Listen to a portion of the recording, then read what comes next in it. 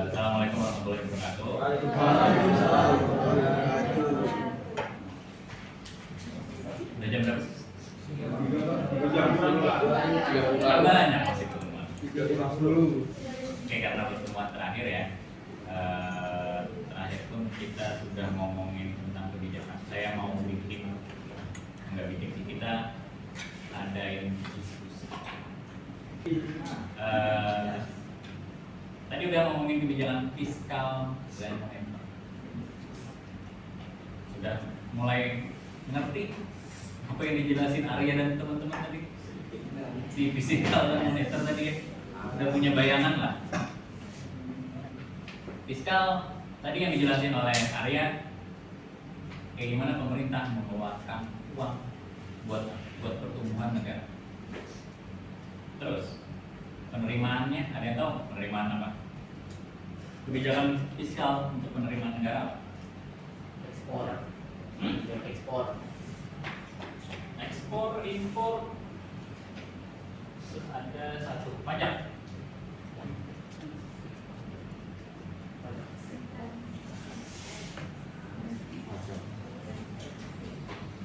Tax amnesty itu salah satu kebijakan pemerintah. Saya lupa dari kapan jalannya, tapi itu tetap ada setiap tahun, ada kebijakan. Nggak harus barengan ya Del ya. Nggak harus. Ini fiskal udah saya ikutan kan jadinya fiskal. Ini kebijakan fiskal udah siap nih. Moneter kapan? Nggak kayak gitu. Tapi tergantung situasinya. Situasinya yang mungkin kemarin yang lagi rame mungkin COVID, sebelum COVID ada kebijakan tentang ketenaga kerjaan juga kalau kalian ngikutin, tapi kayaknya kalian masih SMA dan tidak peduli dengan itu, tidak apa-apa. Memang belum zamannya untuk peduli. Jadi sekarang boleh lah ya, mulai, apalagi kalian kan anak ekonomi. Jadi kalau ada kebijakan menyangkut tentang perekonomian harusnya mulai paling enggak tahu, enggak hanya viral-viralnya doang yang baru tahu. Kasus viral tahu, kalau kasus ekonomi enggak tahu. Ini salah satunya tax amnesty harus tahu. Tax amnesty apa?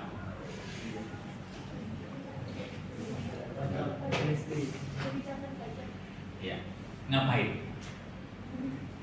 Oke. Kalau kayak gitu saya bikin kelompok. Satu, alasan. Kedua,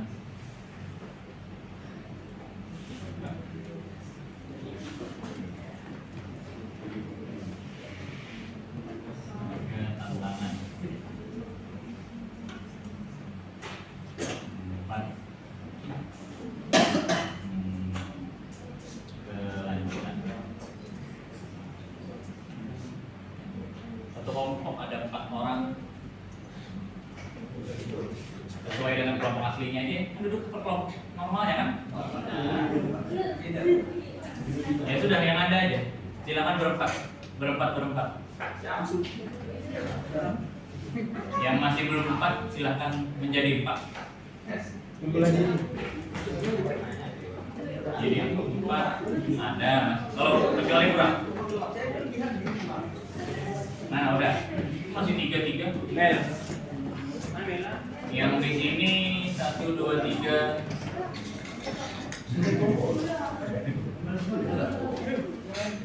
Berempat.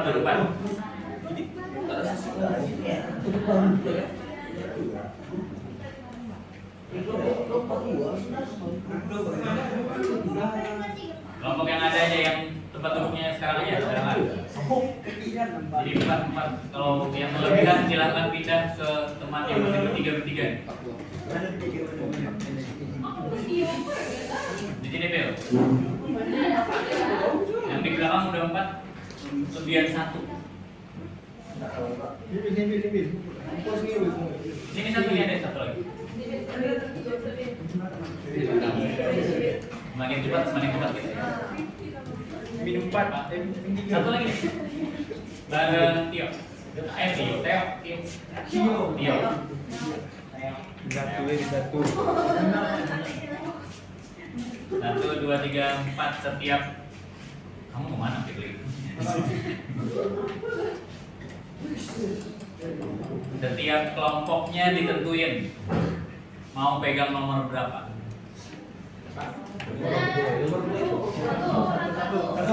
Ya, setiap orang dalam kelompok. Kelompok sini terserah kalian berempat kan, siapa yang pegang nomor 1, siapa yang pegang nomor 2. Silahkan dipegang masing-masing, silahkan di googling, saya kasih waktu 3 menit.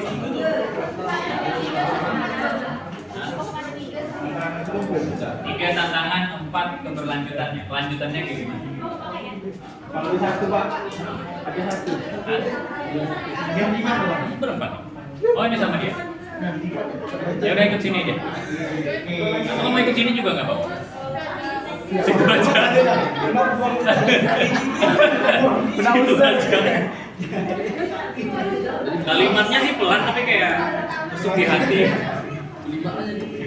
Yang berlima ada yang satu angka berdua artinya. Silakan diinget-inget ya. Silakan di googling. Saya nomor 1 googling alasannya apa, programnya ngapain, tantangannya apa, keberlanjutannya kayak gimana, masing-masing. Saya kasih waktu 3 menit aja. Silakan ingat-ingat masing-masing. Yang nomor 1, nomor 2, nomor 3. Aja ya. Pas. Mana bisa dibaca? Tantangan. Saya. Itu itu.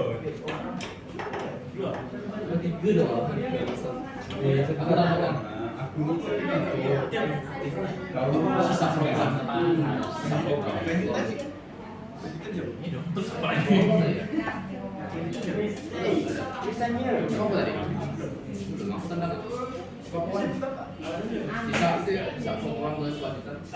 testing.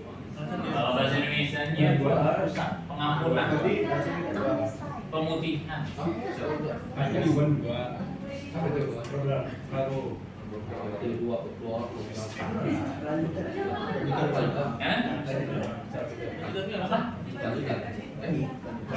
Ingat-ingat.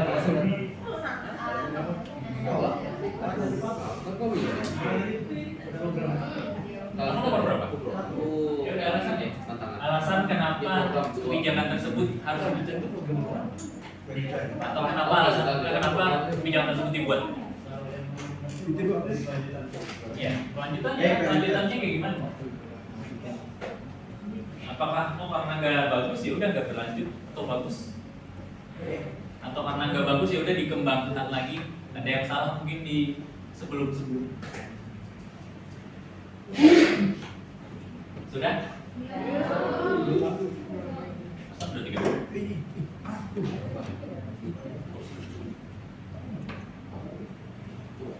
Cie, belajar.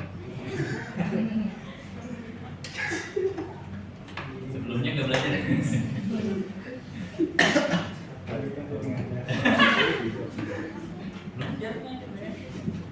Memang lebih efisien aja.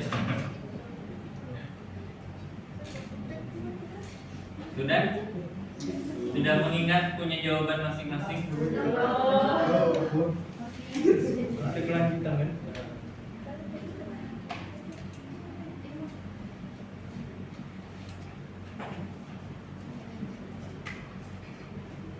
Ingat-ingat ya, soalnya akan ada yang maju untuk menjelaskan.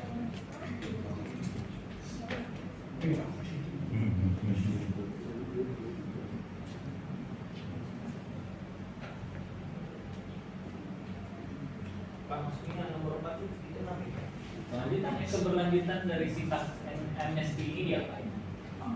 Apakah nggak bagus sudah di jalan lagi Pak? Atau ternyata bagus?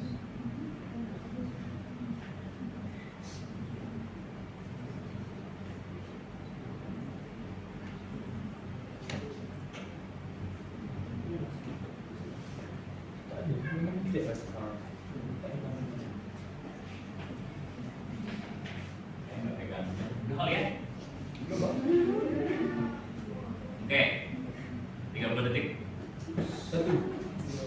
Setelah 30 detik,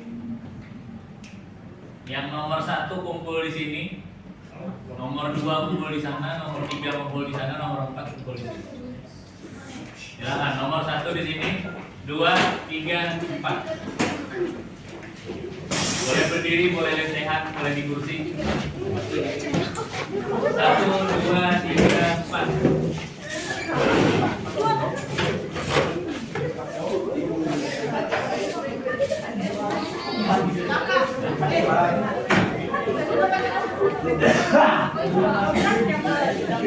Sudah? 1, 2, 3, 4. Mau coba masing-masing.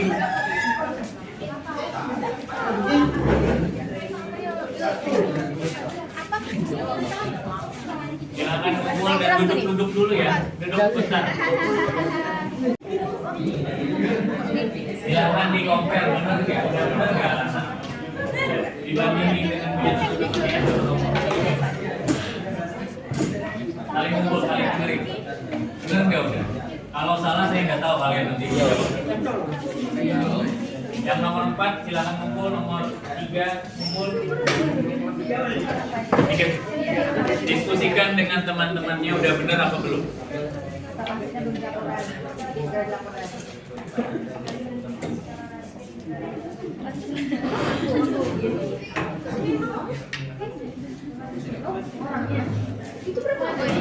Udah yakin?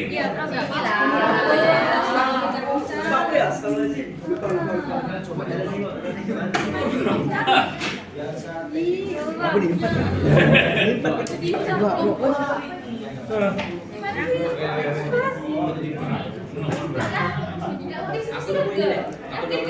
Jawabannya untuk kepatuhan wajib pajak tergantung pemerintah tidak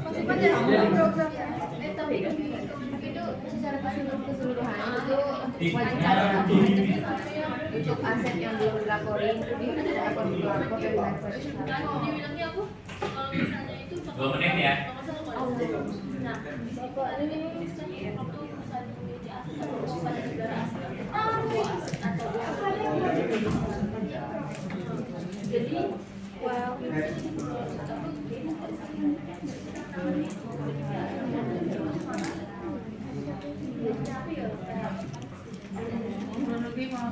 yang ini tergantung pemerintah. Kebijakan taks amnesti dapat membuat pemerintah menjadi terlalu bergantung pada pendapatan dari pajak yang diakui sehingga mengurangi Apa yang penting satu suara. efisiensi dan transparansi dalam pengelolaan keuangan negara.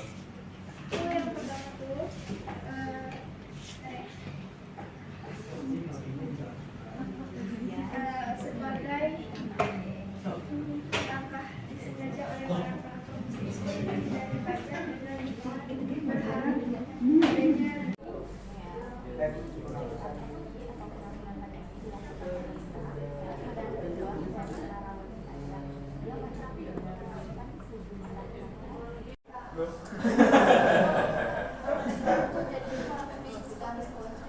Udah berapa? 10 loh.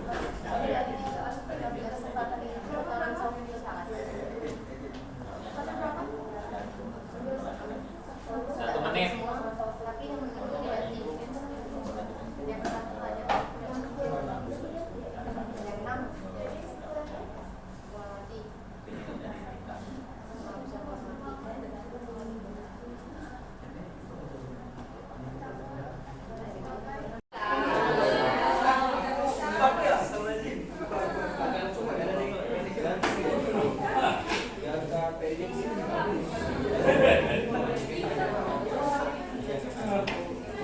Mau ngomong perorangan saja atau satu orang yang akan menanggung semuanya dalam kelompok tersebut?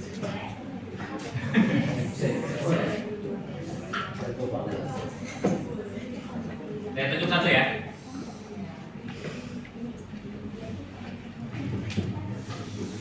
Oh, nomor akhirnya beda kan ya? Adela. Adela. Nah, kamu disebutin ibu nggak tahu. Adela Azahra Zania. Masuk 8 kan akhirnya?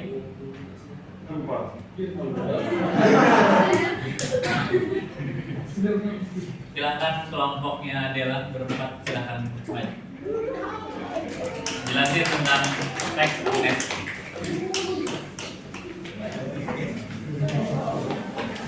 Punya dong. Ada, Pak. Oh, biasa.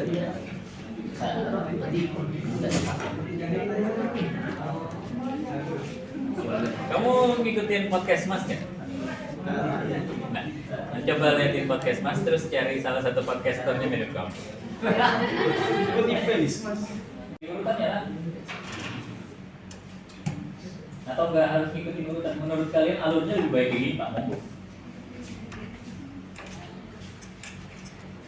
Jadi alasan diadakan tax amnesty ini adalah untuk mengumpulkan uang dari wajib pajak yang dianggap memiliki harta yang disimpan di luar negeri. Jadi dengan menyelenggarakan program ini diharapkan para wajib pajak mau mengalihkan hartanya dari luar negeri ke dalam negeri. Nah, tax amnesty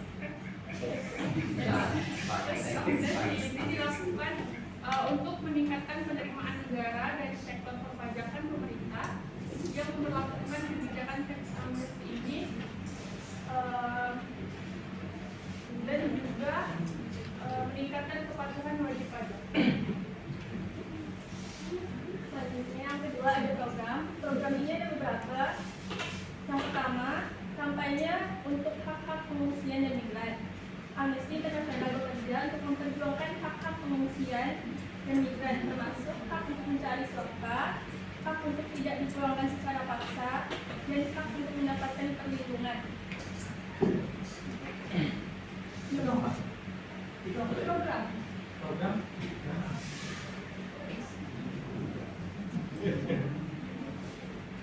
Pengungsian sih. Hak itu, hak pengungsian. Pajak dengan pengungsian gimana? Hubungannya apa Pak? Ada Pak, Ya lanjutin.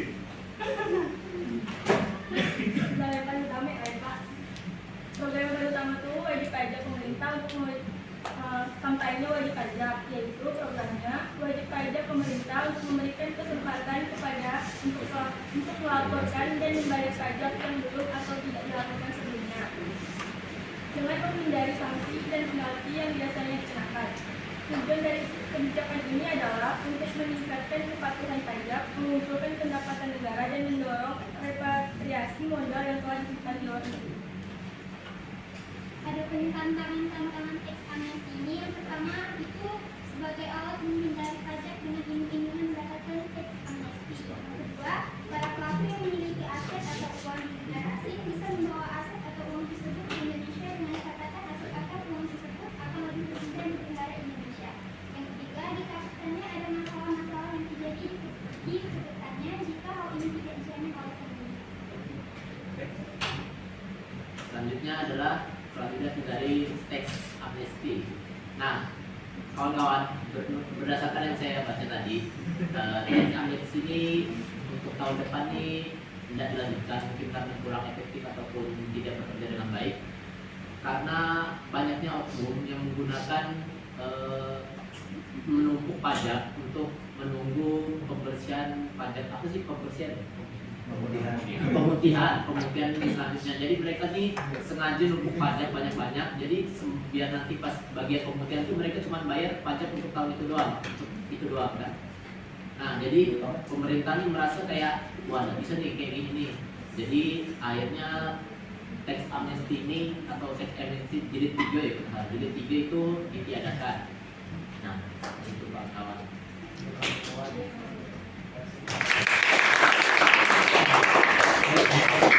Dari pernyataan teman-teman ada yang tidak setuju atau kayaknya beda apa dengan versi saya?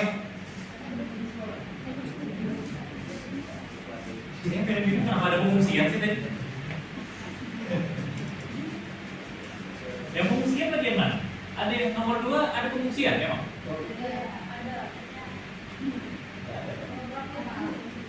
Programnya pengungsian. Gimana? Kelompok yang nomor 2 bertanggung jawab terhadap hasil diskusi kalian yang rada-rada ini.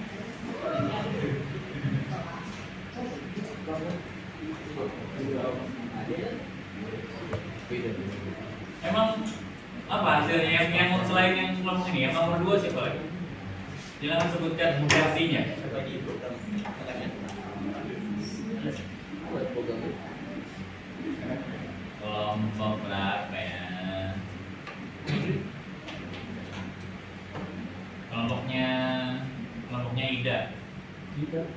Itu siapa sih? Ica. Ida.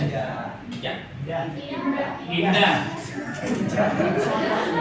Saya yang pertama udah bilang indah ya tadi ya, kalian yang membenarkan Ida.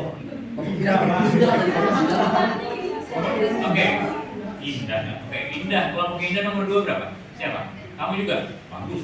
Versi bagus. Jadi Pak, dia itu lebih ke kampanyenya untuk hak-hak pengungsi dan migran. Jadi itu Amnesty Internasional bekerja untuk memperjuangkan hak-hak pengungsi dan migran, termasuk hak untuk mencari suaka di negara lain. Terus hak untuk tidak dipulangkan secara kasar dan hak untuk mendapatkan perlindungan dan akses pelayanan dasar. Amnesty ini pengampunan buat teroris atau amnestinya memang pengampunan, tapi bukan teksnya. Jadi ini lebih ke kampanye aja Pak. Program kampanye. Untuk melindungi hak-hak pengungsi dan migran. Iya. Terus ada Itu Indonesia bukan tuh? Bukan ya? internasional. Internasional. Oh, oke. Ada kampanye untuk hak-hak perempuan, kampanye untuk hak-hak anak, kampanye untuk hak-hak penggiat hak asasi manusia. Oke. Kenapa kalian internasional sih, kan kita ngomonginnya kebijakan fiskal Indonesia. Oke, nggak apa-apa, itulah hasil pengguglingan dan diskusi kalian. Ini silakan duduk untuk kelompok ini. Udah. Oh, ada yang mau lagi? Boleh, closing, boleh closing. Gimana sih? Mau nutup tapi closing, mau tutup Closing ya? serah.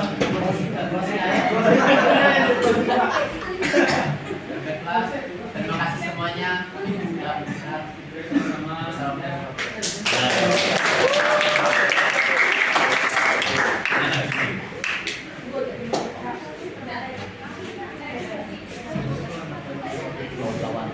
Oke, mungkin demikian ya untuk sesi diskusi dan fokus group discussion-nya untuk teks amnesti. Mungkin kalian nggak maju, tapi mau nggak mau tiba-tiba kalian harus belajar kan? Dipaksa belajar dengan sedikit tekanan.